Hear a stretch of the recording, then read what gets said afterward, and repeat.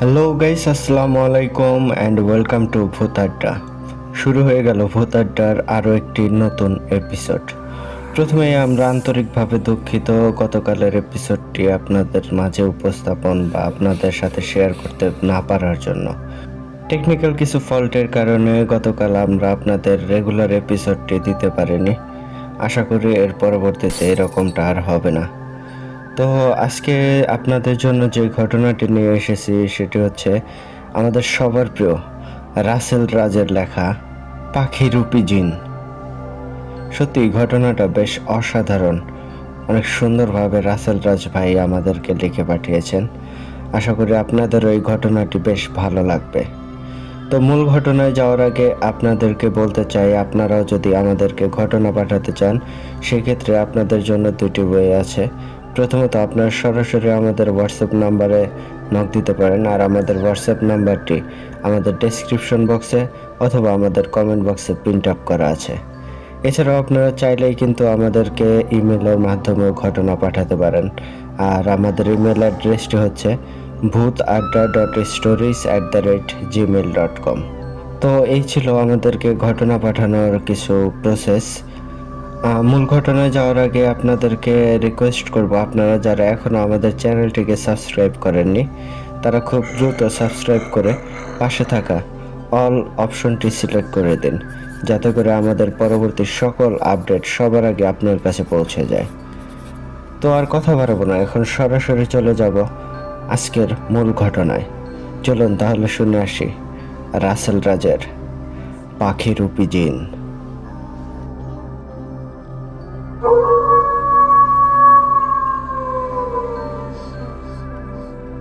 ঘটনাটি আমাকে ঠিক যেইভাবে লিখে পাঠিয়েছেন আমি ঠিক সেভাবেই পড়ে শোনানোর চেষ্টা করছি। লিখছেন, বিসমিল্লাহির রহমানির রাহিম। আসসালামু আলাইকুম। ইমরান ভাই কেমন আছেন? আশা করি আল্লাহর রহমতে আর সবার দোয়াতে অনেক ভালো আছেন। আমি জানি আপনি অনেক ভালো মনের একজন মানুষ। আল্লাহ আপনাকে সব সময় সুস্থ রাখুক, এটাই চাই। প্রিয় দর্শক শ্রোতা ভাই ও বোনেরা, আপনারা সবাই কেমন আছেন? আমার পরিচয়, আমি মোহাম্মদ রাসেল হোসেন রাজ, বাসা সাতক্ষীরা জেলা কলারোয়া থানা, গ্রাম বোয়ালিয়া। এটা আমার লেখা 7 নম্বর ঘটনা। আমার লেখায় ভুল ভ্রান্তি হলে ক্ষমা সমৃদ্ধ দৃষ্টিতে দেখার অনুরোধ রইল। আর বেশি কথা বাড়াবো না, এখন সরাসরি চলে যাব আজকের ঘটনার মধ্যে। তাহলে চলেন শুনে আসি আজকের ঘটনাটি। এই 2 দিন আগের কথা, আমি মামার বাড়ি গিয়েছিলাম। আমার মামার পাশে বসে মামার সাথে কথা বলছিলাম, আর আমার ফোনে ভূত আড্ডার জন্য ঘটনা লিখছিলাম। এমন সময় মামা বলল, রাজ, ফোনে এত কি লেখালেখি করিস? আসার পর থেকে দেখছি লিখেই যাচ্ছিস। আমাকে বলতো এত কি লিখিস? আমি বললাম, আরে মামা, আপনার সাথে তো বলাই হয়নি। মামা বলল, কি বলা হয়নি? আমি বললাম, মামা, আমি ভূত আড্ডা চ্যানেলে ভূতের গল্প বা সত্যি ঘটনা পাঠাই, তারা অনেক সুন্দর করে পড়ে শোনায়। মামা বলল, আচ্ছা তাই নাকি? তাহলে একটা ঘটনা শোনা তো দেখি, কেমন ঘটনা লিখছিস তুই। তারপর মামাকে ভূত আড্ডার কিছু ঘটনা শোনালাম। মামা ঘটনাগুলো শুনে আমাকে বলল, আচ্ছা, তোদের ভূত আড্ডাতে আমার একটা ঘটনা শেয়ার করবি? আমি বললাম, মামা, আছে নাকি এমন কোনো ঘটনা?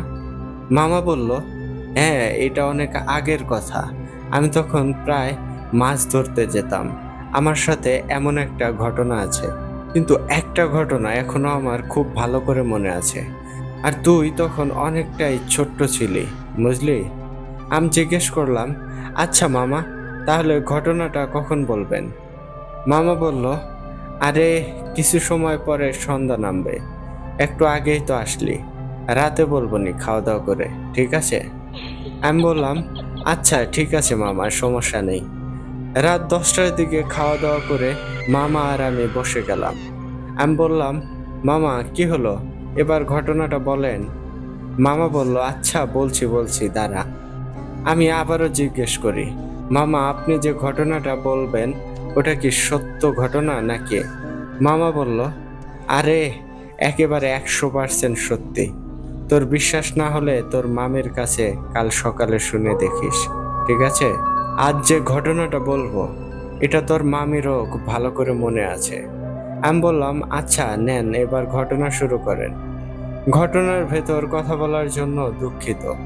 আমার মামা ঘটনায় তার আসল নাম দিতে মানা করার কারণে ঘটনা বোঝার জন্য মামার একটা ছদ্মনাম দিচ্ছি, রিফাত। এবার রিফাত মামা বলতে লাগলো, তাহলে শোন রাজ, মন দিয়ে শুনবি কিন্তু।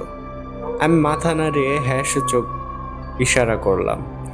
ঘটনা বোঝার জন্য রিফাত মামার ভাষাতেই আমি বলছে রিফাত মামা, আমি আজকে যে ঘটনাটা তোর সাথে বলবো এটা একেবারে সত্যি একটা ঘটনা। আমি ছোট থেকেই মাছ ধরতে যেতাম, আর তুই তো জানিস আমি কৃষিকাজ করি। যখন যে কাজ হয় তাই করি, আর যেদিন কাজ না হয় সেদিন খালে গিয়ে বড়শি দিয়ে মাছ ধরি। এটা বলতে পারিস আমার নেশা ছিল। একদিন রাতে আমি বাজারে গিয়ে চায়ের দোকানে বসে চা খাচ্ছিলাম আর টিভি দেখছিলাম। হঠাৎ করে কামরুল চাচা আমাকে পেছন দিক দিয়ে ডাক দিয়ে তার ওখানে যেতে বলে। আমিও তাড়াতাড়ি করে ওখানে যাই।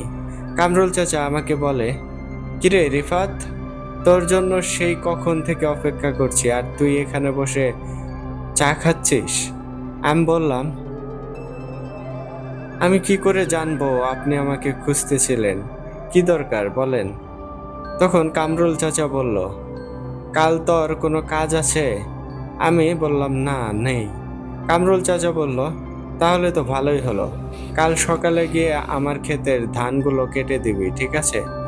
তারপরে কামরুল চাচার সাথে সব কথা ক্লিয়ার করে আমি বাসায় চলে আসি। পরদিন সকালে আমি কাঁচি হাতে নিয়ে মাঠে চলে গেলাম। কামরুল চাচার ক্ষেতের দিকে গিয়ে দেখি, এ কি, আমি আসার আগেই তো সব ধান কারা যেন কেটে ফেলেছে। আমি এবার কামরুল চাচার বাসায় গিয়ে চাচাকে ডেকে বলি, আপনি আমার সাথে এমনটা করলেন কেন? আপনি অন্য কাউকে আপনার ধান কাটতে বলেছেন আর আমাকেও বলেছেন, এটা কেমন কথা বলেন? এবার কামরুল চাচা বলল, আরে রিফাত, তুই বিশ্বাস কর আমি জানি না ওরা আজ ধান কাটবে। আমি তো ওদের অনেক দিন আগে থেকেই বলছিলাম, কিন্তু ওদের হাতে অনেক কাজ ছিল তাই ওরা পারছিল না। কিন্তু আমি তো আর জানতাম না। এবার আমি বললাম, আচ্ছা হয়েছে, আমি বুঝতে পেরেছি। এটা বলে আমি রাগে রাগে বাসায় চলে আসি। আর বাসায় আসার সাথে সাথে তোর মামি আমার কাছে জিজ্ঞেস করে, কি গো, আজ কি কাজে যাবে না? দেখলাম একটু আগে উঠে মাঠের দিকে গেলে আবার এত তাড়াতাড়ি চলে আসলে। তোর মামির কথা শুনে আমার মাথাটা আরো বেশি গরম হয়ে গেল। আমি তোর মামিকে বললাম, এত বেশি বোঝার চেষ্টা করো না তো। তোর মামি বলল, আমি আবার কি বললাম? আমি বললাম তখন, একবার বলেছি না চুপ করতে, আবার কথা বলো কেন? তারপরে তোর মামির সাথে অনেক ঝগড়া করি। একটা সময় তোর মামি বলে, আমি বাপের বাড়ি চলে যাচ্ছি। আমি বলি, না তোমাকে যেতে হবে না, আমি চলে যাচ্ছি, থাকো তুমি। তারপর আমি রাগে রাগে দুইটা ছিপ নিয়ে চলে যাই খালের ধারে। তাও কোথায় জানিস তো? ওই যে একটা ব্রিজ আছে না, ওর পাশ দিয়ে যে জঙ্গলটা গিয়েছে, আমি জঙ্গলের ভেতর দিয়ে হেঁটে হেঁটে চলে গেলাম। কিছু দূর এগিয়ে গিয়ে দেখি একটা বড় বট গাছ। গাছটা দেখে আমার অনেকটা অবাক দৃষ্টিতে তাকিয়েছিলাম, আর মনে মনে ভাবছি, আরে আমি এখানে আগেও তো অনেকবার আসছি, তবে আমি একবারের জন্য এই গাছটা এখানে দেখিনি। আবার ভাবলাম হয়তো গাছটা এখানেই ছিল, আমি কখনো খেয়াল করিনি। মনে মনে এসব ভাবছি আর আমি তখনও গাছটার দিকে তাকিয়ে আছি, যেন আমি গাছটার দিক থেকে নিজেকে সরাতেই পারছিলাম না। হঠাৎ আমার সামনে বট গাছের একটা বড় মোটা একটা ডাল ভেঙে পড়ল। এবার আমি মনে মনে অনেকটা ভয় পেয়ে গেলাম। আমি যেই না পিছন ফিরে চলে আসতে যাব, ঠিক তখনই খালের দিকে তাকিয়ে দেখি পানি থেকে মাছগুলো ঝাপাঝাপি করছে। এটা দেখে আমার মনের সব ভয় যেন নিমিষেই হারিয়ে গেল। তারপর তাড়াতাড়ি করে আমি খালের ধারে বসে মাছ ধরতে শুরু করলাম। অনেক তো সময় হলো, কিন্তু আমার বড়শিতে কোনো মাছ ঠোকর দিচ্ছিল না। কিন্তু আমি দেখছি আমার বড়শির আশেপাশে কতগুলো মাছ তখনও ঝাপাঝাপি করছে। কিছু সময় পরে আমার বড়শিতে একটা টান অনুভব করি। আমি বুঝতে পারি এটা বড় কোনো মাছ হবে হয়তো। একটা টান দিয়ে মাছটা পানি থেকে উপরে নিয়ে আসি। তখন আমি অবাক হয়ে যাই। আরে এটা কি? মাছ তো এমন না। আমি আগে কখনো এমন মাছ দেখিনি। যাই হোক, যখন ধরেছি আর ছাড়ছি না। এটা বলতে বলতে মাছটা থলিতে রেখে দিলাম। কিছু সময়ের ভেতর আরো অনেকগুলো মাছ পেয়ে যাই। কিন্তু রাজ, তুই বিশ্বাস করবি না, সব কয়টা মাছ একই ধরনের ছিল। আর এমন করে সন্ধ্যা নেমে যায়। কিন্তু সেদিকে আমার কোনো খেয়ালই ছিল না, কারণ আমি তখন অনেক মাছ পাচ্ছিলাম। হঠাৎ আমি খেয়াল করি আমার পেছনে অনেক আলো আলো হয়ে গিয়েছে। এবার আমি ঘাটটা ঘুরিয়ে দেখি আমার পেছনে থাকা ওই বট গাছটা আলোকিত হয়ে আছে। হ্যাঁ, আমি আরো একটা জিনিস খেয়াল করি, গাছের উপরে একটা সাদা রঙের পাখি বসে আছে। কিন্তু ওটা কোনো সাধারণ পাখি ছিল না, কারণ পাখিটা সাধারণ যে কোনো পাখির থেকে অনেক বেশি বড় ছিল। রাজ, তুই হয়তো এখন আমাকে জিজ্ঞেস করবি যে আমি এত আত্মবিশ্বাসের নিয়ে কেমন করে বলছি পাখিটা অনেক বড় ছিল। আমি এবার বললাম, হ্যাঁ সেটাই তো। কেমন করে আপনি একটু আগেই বললেন যে রাত হয়ে গিয়েছিল। মামা আবারও বলতে শুরু করলো, আরে আমি তো কিছু সময় আগে এটাও বলেছি যে বট গাছটা অনেক আলো দিচ্ছিল। আমি এবার অবাক হয়ে তাকিয়ে থাকলাম মামার মুখের দিকে। মামা বলল, মন দিয়ে শোন তাহলে, ঘটনাটা বুঝতে চেষ্টা কর। এটা দেখে আমি ভেবে পাচ্ছিলাম না আমি কি করব। আমি এবার ভয়ে ভয়ে খালের পানি থেকে বড়শি দুইটা তুলে হাতে নিয়ে যেই না বাসার দিকে আসতে যাব, ঠিক তখনই আমার সামনে দেখি একটা ঘোড়া। কিন্তু এ কি, ঘোড়াটার মাথা নেই। এবার আমার মনে পড়ে এটা হতে পারে মুন্ডু কাটা ঘোড়া। এই ঘোড়ার কথা অনেক শুনেছি। ঘোড়াটা দেখতে এমন ছিল, তার গায়ের রং পুরো সাদা, আর তার পায়ে ঘুঙুর বাঁধা, আর গা দিয়ে যেন আলো আস্তে আস্তে বের হচ্ছে। দেখতে বেশ ভালোই লাগছিল। আর হ্যাঁ, তার গলায় কি একটা যেন বাঁধা ছিল, সেটা দেখতে অনেকটা সোনার মতো। সবকিছুই সুন্দর ছিল, কিন্তু আমি যেই না তার মাথার দিকে তাকাতে যাচ্ছি তখনই আমার মনের ভেতর ভয় লাগছে। ঘোড়াটা আমার সামনে দিয়ে নাচতে নাচতে বটগাছটার দিকে চলে যায়। আমি দেখি হঠাৎ করে মুন্ডু কাটা ঘোড়াটা বটগাছের গায়ে একটা গর্তের ভেতর মিলিয়ে যায়। হঠাৎ একটা আওয়াজ ভেসে আসে আমার কানে। রিফাত, তুই ভয়ে ভুলে তোর মাছ ফেলে গিয়েছিস। তোর মাছ তুই নিয়ে যা, আর তোর ভয় পাওয়ার কোনো কারণ নেই। আমরা তোকে কিছু বলবো না, কিন্তু আমাদের একটা কথা দিতে হবে।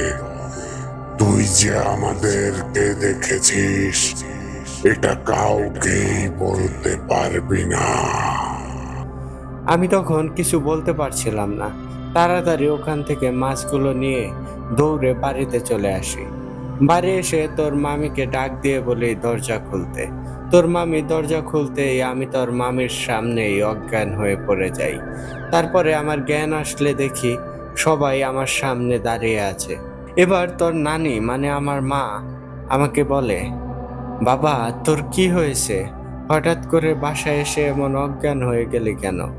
আমাদের সবকিছু খুলে বল। আর তুই সারাদিন কই ছিলি, কত জায়গায় খুঁজছি। এবার আমি তাদের সবকিছু বলি। ঠিক এটাই ছিল আমার সব থেকে বড় একটা ভুল। আমি এবার মামাকে থামিয়ে দিয়ে বললাম, মামা, এখানে ঘটনা শেষ না, নাকি আরো কিছু বাকি আছে? মামা বলল, না শেষ না, ঠিক এখান থেকেই শুরু হয়েছিল আসল ঘটনা। সেদিনের মতো রাতটা কোনো রকম করে কেটে গেল। পরের দিন সকালে আমি যেই না ঘুম থেকে উঠতে যাব, ঠিক তখন খেয়াল করি আমার হাত পা নাড়াতে পারছি না। আমি এবার চিৎকার করে সবাইকে ডাকি। সবাই আসলে আমি বলি, দেখো না, আমি আমার হাত পা নাড়াতে পারছি না। আমার সারা শরীর মনে হচ্ছে অবশ হয়ে আছে। আমি কি করব এখন? এটা বলে আমি রীতিমতো কান্না করে দেওয়ার মতো একটা অবস্থা। এমন করে কিছুদিন চলে গেল। সারাদিন রুমে শুয়ে থাকতাম, একটু নড়াচড়া করতে পারতাম না। আমার মাঝে মাঝে মনে হতো শুধু আমার মাথাটা বেঁচে আছে, আর বাকি সারা দেহ মৃত। আর এর ভেতর আমি প্রায় প্রতিদিন রাতেই স্বপ্নে দেখতাম সেই বটগাছের পাখিটা আর মুন্ডু কাটা ঘোড়াটা আমার সামনে দাঁড়িয়ে আছে। তারা কিছু একটা বলছে আমাকে, কিন্তু আমি তাদের কথা বুঝতে পারি না। তারা যেন আমার ওপর রাগ করে আছে। আমি অনেক ভয় পেতাম। একদিন রাতে আমি ঘুমিয়েছিলাম।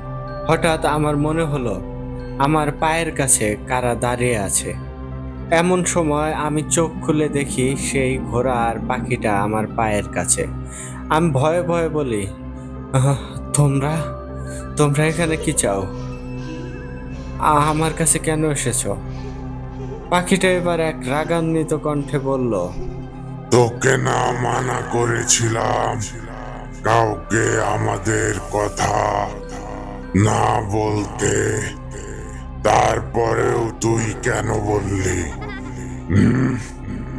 আমাদের কথা কানে যায়নি? এবার ঠিক আছে, তোর হাত পা আর কখনোই কাজ করবে না। এটা শুনে আমি বলি, দেখো, আমি তো জানতাম না যে এমন কিছু হবে। তোমরা আমাকে মাফ করে দাও। আমি আর কখনোই ওই দিকেই যাব না। দয়া করে আমাকে আবার আগের মতো করে দাও। পাখিটা আবারও রাগান্বিত কণ্ঠে বলে, আচ্ছা, ঠিক আছে, কিন্তু একটা কাজ করতে হবে। আমি বলি, কি করতে হবে বলো? পাখিটা তখন আবারও বলল, আমাদের বট গাছের একটা কোটর আছে, তুই দেখেছিলি না?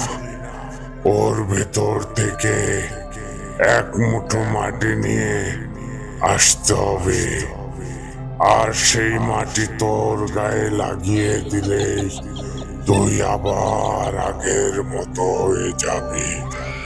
তুই ঠিক হয়ে যাবি, আর কখনোই তোর কোনো সমস্যা হবে না। কিন্তু তুই তো যেতে পারবি না। দেখ তোর বাড়ির কাউকে পাঠানো যায় কিনা। কিন্তু হ্যাঁ, কোনো সাহসী মানুষকেই ওখানে যেতে বলবি।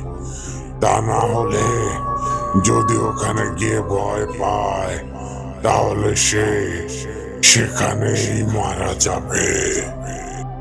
এই কথাগুলো বলেই তারা আমার সামনে থেকে হাওয়াতে মিলিয়ে যায়। তারপরে আমি চিৎকার করে সবাইকে ডাকি, আর কিছু সময়ের ভেতর সবাই চলেও আসে। তারপরে আমার মা বলে, রিফাত বাবা, তোর কি হয়েছে? এত জোরে চিৎকার করলি কেন? তখন আমি তাদের পাখিটার বলা সব কথা বলি। আমার কথা শুনে কেউ যেতে চায় না ভয়ে।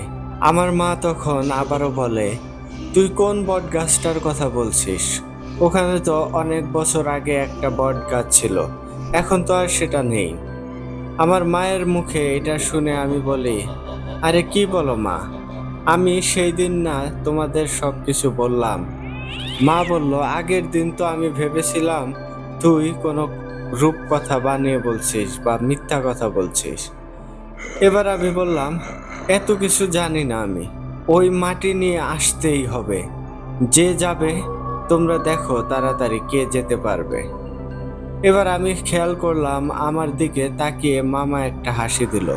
আমি বললাম, আরে থামলে কেন? বলো তারপরে কি হয়েছিল? এমন সময় কেউ গল্প থামিয়ে দেয় নাকি? ধুর। এবার মামা বলল, দাঁড়া বলছি।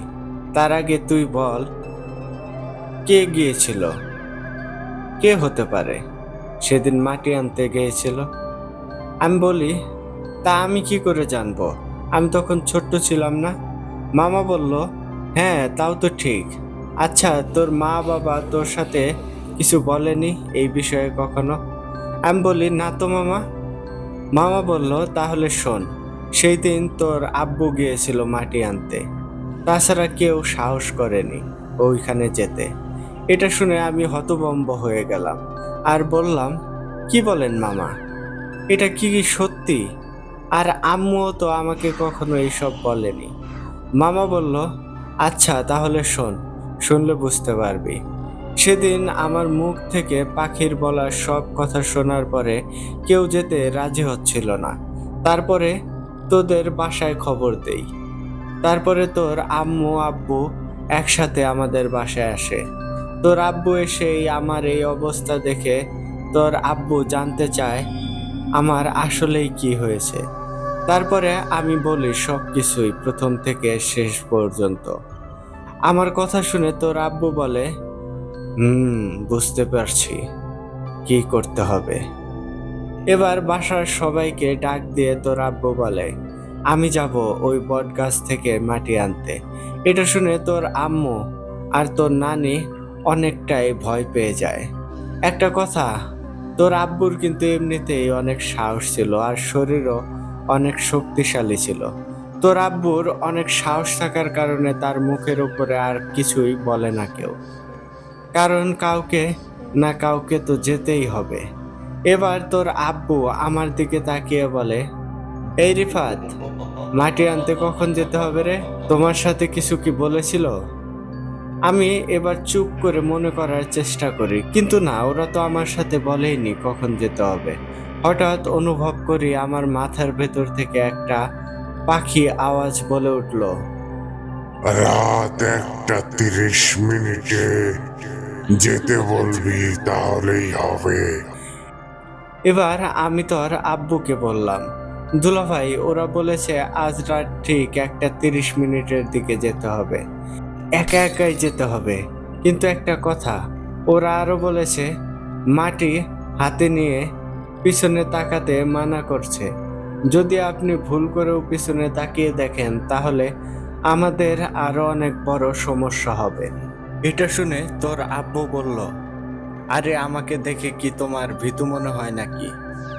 আচ্ছা আমি যাব, আজ রাতেই যাব। অনেক অপেক্ষার পরে সেই সময় আসলো। তোর আব্বু আমাকে বলল, রিফাত, তুমি বাসায় থেকো, আমি এবার বের হব। আমি বললাম, আচ্ছা, আপনি সাবধানে যাবেন। তোর আব্বু বলল, আচ্ছা ঠিক আছে। এবার তোর আব্বু চলে গেল আর ফজরের আজানের কিছু সময় আগে বাসায় আসে। হ্যাঁ, হাতে মাটি নিয়ে আসছিল। বাসায় আসার পর তোর আব্বুকে অনেক ক্লান্ত মনে হচ্ছিল যেন তোর আব্বু অনেক ব্যথা পেয়েছে। এবার তোর আম্মু আর তোর নানি তোর বাবাকে গিয়ে ধরে নিয়ে আসে। আর তোর নানি জিজ্ঞেস করে, বাবা কি হয়েছে তোমার? এবার তোর আব্বু বলে, আরে মা, তেমন কিছু হয়নি আমার। মা, আপনারা তাড়াতাড়ি করে এই মাটিগুলো রিফাতের শরীরে লাগিয়ে দিন, তারপরে সবকিছু বলছি ওখানে কি কি হয়েছিল। তারপরে তোর আব্বুর হাত থেকে মাটি নিয়ে আমার সারা শরীরে লাগিয়ে দেয়। কিছু সময় পরে আমি দেখি আমার সারা শরীর ব্যথা করছে, অনেক ব্যথা। আমি বলে বোঝাতে পারবো না তোকে। আমি তো রীতিমতো জোরে জোরে চিৎকার করছিলাম। 2 ঘন্টা পরে আমি অনুভব করি আমার দেহের ভেতর থেকে একটা কালো ধোঁয়ার মতো কিছু একটা বের হয়ে যাচ্ছে। আর সেই ধোঁয়াটার ওপর থেকে এক ভয়ঙ্কর কণ্ঠ বলছে, এবারের মতো বেঁচে গেলি, আর কখনো ওখানে যাওয়ার চেষ্টাও করবি না। মনে থাকে যেন, এই কয়দিনে অনেক মজা পাইছি, অনেক। এটা বলে সেই কালো ধোঁয়াটা অদৃশ্য হয়ে যায়। আমি তার কথার আগামাথা কিছুই বুঝিনি, শুধু এতটুকুই বুঝতে পেরেছি আমাকে বটগাছের ওখানে যেতে মানা করেছে। কিছু সময় পরে আমি খেয়াল করি আমার হাত পা আবারও আগের মতো হয়ে গেছে। তখন আমি তাড়াতাড়ি করে বিছানা থেকে উঠে গেলাম। আমার মাকে ডাক দিয়ে বললাম, মা দেখো, আমি আবার হাঁটতে পারছি। হঠাৎ চোখ যায় তোর আব্বার দিকে। তোর আব্বা মাটিতে লুটিয়ে পড়েছে। তোর নানি আর মা তোর মামি সবাই ছুটে যায় তোর বাবার কাছে। আমি তাড়াতাড়ি গিয়ে জিজ্ঞেস করি, দুলাভাই কি হয়েছে আপনার? তখন তোর বাবা বলে, রিফাত, তুমি আমার সামনে আসো, সব কিছুই বলছি। আমি তাড়াতাড়ি করে সামনে চলে যাই। তোর বাবা এবার বলে, আমি যখন ওই ব্রিজের উপরে যাই তখন আমার মনে হতে থাকে কেউ যেন আমার আশেপাশেই আছে, আমার উপরে নজর রাখছে, কিন্তু আমি দেখতে পারছি না। পরে আমি জোরে জোরে চিৎকার করে বলি, কে তুমি? আমার পেছনে সাহস থাকলে সামনে আসো, লুকিয়ে লুকিয়ে কি করছো? কিন্তু কোনো উত্তর পাই না। এবার আমি সরাসরি জঙ্গলের ভিতরে চলে যাই। তুমি যেখানে যেতে বলেছিলে ঠিক ওইখানেই চলে যাই। ওখানে গিয়ে আমি কিছুই দেখি না, কোনো বট গাছও ছিল না ওখানে। আমি মনে মনে বলি, এ কি, আমি তো কিছুই দেখছি না, আর এখানে এত অন্ধকার কেন? আর যে বট গাছের কথা বলেছিল ওইটাই বা কই? প্রায় 20 মিনিটের মতো কেটে যায় এমন করে। আমি এবার ভাবলাম, আমি কি ভুল জায়গায় চলে আসছি? যেই না ফিরে আসতে যাব হঠাৎ খেয়াল করি আমার পেছন থেকে অনেক আলো আসছে। কিন্তু এটা কি করে সম্ভব? আমি তো একটু আগেই দেখেছি যে আমার সামনে কিছুই নেই। তাহলে এটা কি? আমি কি তাহলে ভুল দেখেছিলাম? আর হঠাৎ এতটা আলো এখানে কোথা থেকে এলো? এবার আমার চোখ যায় গাছটার উপরে। মনে হচ্ছে একটি পাখি বসে আছে আর আমার দিকেই তাকিয়ে আছে। পাখিটা দেখে আমার তোমার বলা কথাগুলো মনে পড়ে। আরে রিফাত তো বলেছিল একটা পাখি থাকে ওই বট গাছের ওপরে। এবার পাখিটা চাপা কণ্ঠে বলছে, কিরে, মাটি নেওয়ার জন্য আইছিস? আয়, নিয়ে যা। কিন্তু তুই ভুলেও পিছনে তাকাতে পারবি না। পিছনে তাকালেই কিন্তু ক্ষতি হয়ে যাবে তোর। আয়, মাটি নিয়ে যা। আমি তখন চুপ করে তার কথাগুলো শুনছিলাম। এবার আমি বটগাছের নিচের দিকে তাকিয়ে দেখি একটা বড় কোঠর, আর আস্তে আস্তে সামনে এগিয়ে যে কোঠরের ভেতরে হাত দিয়ে মাটি বের করে ফেলি। তখন কোনো সমস্যাই হয়নি, কিন্তু আমি যেই না সামনের দিকে পা বাড়াবো ঠিক তখনই গাছের ওপর থেকে অনেকজন কান্না করতে শুরু করে। ওদের কান্না অনেক ভয়ঙ্কর ছিল। আমার মনে হচ্ছিল এখনই আমার কানটা ফেটে যাবে। আমি যেই না দৌড় দিতে যাব ঠিক তখনই দেখি আমার সামনে একটা ঘোড়া। আর হ্যাঁ, তার কোনো মাথা ছিল না। ওই যে সবাই বলে না মুন্ডু কাটা ঘোড়া, হ্যাঁ আমার মনে হয় আমি আজ সেই ঘোড়াটাই দেখেছি। আমি দেখি আমার সামনে এসে নাচতে নাচতে আমার দিকে এগিয়ে আসছে।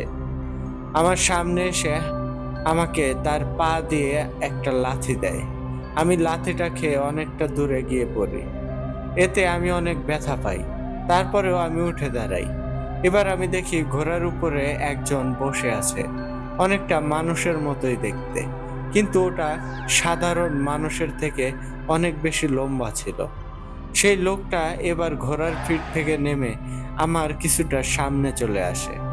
আমি তাকে দেখার পর আমার সব সাহস যেন নিমিষেই হারিয়ে ফেলি, কারণ তার চেহারাটা অনেকটা শিয়ালের মতো আর হাত পা সব মানুষের মতো। তাকে দেখে আমি যেন কিছুই বলতে পারছিলাম না। আমার সামনে দাঁড়িয়ে শয়তানটা বলল, আমাদের গাছের মাটি নিয়ে এত সহজে তুই চলে যাবি ভাবলি কি করে? এটা তো হতে পারে না। এই মাটি নিয়ে যেতে হলে আমার সাথে লড়াই করতে হবে, তারপরেই যেতে পারবি। আমি দেখতে চাই তুই এই মাটি নেওয়ার যোগ্য কি না। এবার আমি পড়লাম মহাবিপদে। কিছু একটা না করলে আমি তো বাঁচবই না। তখন আমি বললাম, আচ্ছা, তোমরা তো এখানে আসতে বলেছিলে, তাহলে এখন আবার আমাকে যেতে দিচ্ছ না কেন? এটা বলার সাথে সাথেই দেখলাম বটগাছের উপরে থাকা পাখিটা উড়ে শয়তানটার সামনে এসে দাঁড়ালো। আমার সামনেই সবকিছু হচ্ছিল। আমি নিজের চোখকে বিশ্বাস করাতে পারছিলাম না। আমি কি দেখছি এবার? হঠাৎ পাখিটা শয়তানটাকে বলল, কিরে শয়তান, আমি ওই মানুষটাকে এখানে আসতে বলেছি। এবার শয়তানটা বলল, আচ্ছা, তাহলে তুই বলেছিস এখানে আসতে, কিন্তু আমি তোকে এত সহজেই মাটি নিয়ে যেতে দেব না। তুই কি করবি করে নে, আমি ওকে এখান থেকে যেতে দেব না। আমি তাদের পাশে দাঁড়িয়ে সব দেখছিলাম। এবার দেখলাম পাখিটা বলল, তাহলে তুই যেতে দিবি না? আচ্ছা ঠিক আছে, আমিও দেখি তুই কি করে ওকে আটকে রাখতে পারিস। হঠাৎ করে শয়তানটা একটা ভয়ঙ্কর দানবের রূপ নিল। তার ওই রূপ দেখে আমি যেন ভয়ে ঠক ঠক করে কাঁপছিলাম। বাবা, কি ভয়ঙ্কর ছিল! তার চোখ দিয়ে আগুনের শিখা বের হচ্ছিল, আর তার গায়ে বাঘের গায়ের রং, কিন্তু বেশিরভাগ কালো ছিল, আর বড় বড় লোম ছিল তার সারা গায়ে। এরপর পরই দেখলাম আমার সামনে থাকা পাখিটা একটা ভয়ঙ্কর রূপ নিল। কেউ কারো থেকে কম না। পাখিটা একটা শিয়ালের মতো হয়ে গেল, কিন্তু শুধু মাথাটা শিয়ালের মতো। আরো দেখলাম তার 4টা হাত, আর তার পেছন দিক দিয়ে একটা বড় লেজ বের হয়ে আছে। কিন্তু সেটা কোনো সাধারণ লেজ না। লেজের শেষ ভাগটা ছিল তীরের মতো ধারালো। কিছু সময় পর দেখলাম তার লেজ দিয়ে আগুন জ্বলে উঠছে। কি ভয়ঙ্কর দৃশ্য! আমার সামনেই সবকিছু হচ্ছিল। বিশ্বাস করবি কিনা জানি না। এবার তাদের দুইজনের ভেতর তুমুল লড়াই চলছে। আমি দেখলাম আমার চারপাশে যেন ঝড় বাতাস শুরু হয়ে গেছে। আমি ভয়ে ভয়ে এক পাশে দাঁড়িয়ে আছি। আমি যেন পাথরের মূর্তি, আর আমার দেখা ছাড়া আর কোনো উপায় ছিল না। একটা সময় আমি খেয়াল করি তারা দুজন অনেকটা আহত হয়ে গেছে। ভালো চিন্তা আমাকে উদ্দেশ্য করে বলল, এই, তুই এখনো দাঁড়িয়ে আছিস কেন? পালিয়ে যা এখান থেকে, এক্ষুনি চলে যা। আমি একে বেশি সময় আটকে রাখতে পারবো না। আর বাসায় যে মাটিগুলো রিফাতের গায়ে লাগিয়ে দিবি, দেখবি সব কিছুই ঠিক হয়ে যাবে। আমি আর বেশি দেরি না করে তাড়াতাড়ি চলে আসলাম ওখান থেকে। তারপরে তো সব তোমরা জানোই। তারপরে আমি দেখি রিফাতের মা চুপ করে আছে। তখন আমি মামাকে বলি, মামা, তারপরে কি হয়েছিল? তখন রিফাত মামা বলল, তারপরে আর কি হবে? তোর আব্বুকে ডাক্তার দেখালো, কিছুদিনের মধ্যেই আবার সব কিছু ঠিক হয়ে যায়। আর হ্যাঁ, আমি কিন্তু আজও ওই খালপাড়ের দিকে যাইনি। এটা বলে মামা সেদিনের মতো ঘটনাটা শেষ করেছিল। আমি হতভম্বের মতো মামার মুখের দিকে তাকিয়েছিলাম। ইমরান ভাই ও শ্রোতা বন্ধুরা, এই ছিল আজকের ঘটনা।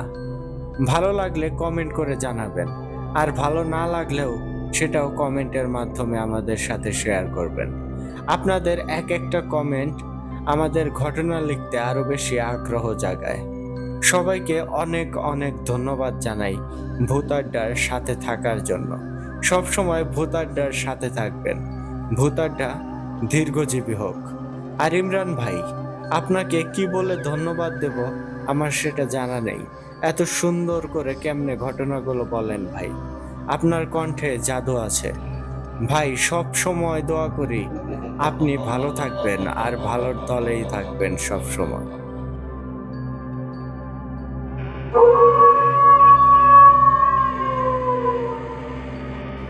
ধন্যবাদ রাসেল রাজ ভাই এত সুন্দর করে আমাদেরকে এই ঘটনাটি লিখে পাঠানোর জন্য। সত্যি ভাই, বেশ অন্যরকম একটা ঘটনা ছিল। মাছ ধরা কেন্দ্রিক ঘটনা তো আমরা অনেক শুনেছি, এই ঘটনাটা বেশ ইউনিক একটা ঘটনা ছিল। অদৃশ্য একটা গাছ বা গাছ থেকে আলো ছড়াচ্ছে, সেই গাছে কুঠুরির ভিতর থেকে মাটি নিয়ে আসা এত রাতের বেলায়, সত্যিই ভাই খুব ভয়ঙ্কর একটা ব্যাপার, পুরো গা হিম করা একটা ব্যাপার ছিল আপনার ঘটনায়। ধন্যবাদ রাসেল ভাই এত সুন্দর একটা ঘটনা আমাদেরকে লিখে পাঠানোর জন্য।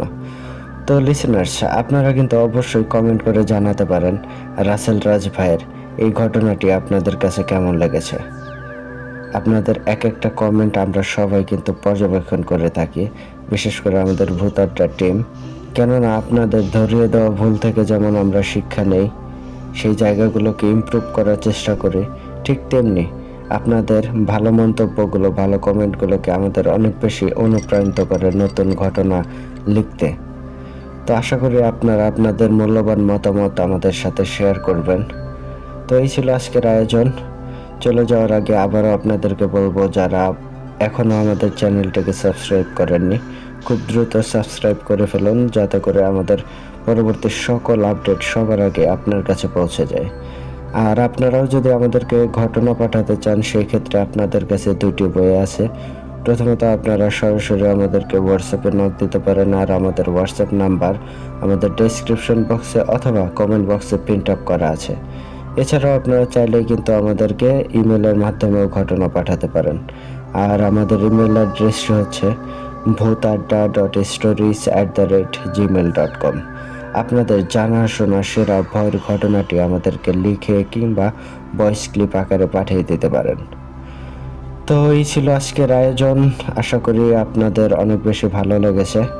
কথা হচ্ছে আগামী এপিসোডে নতুন কোনো ভয়ঙ্কর ঘটনা নিয়ে। টিল দেন সবাই ভালো থাকুন, সুস্থ থাকুন। আমি ইমরান খান আজকের মতো এখানেই বিদায় নিচ্ছি। আসসালামু আলাইকুম।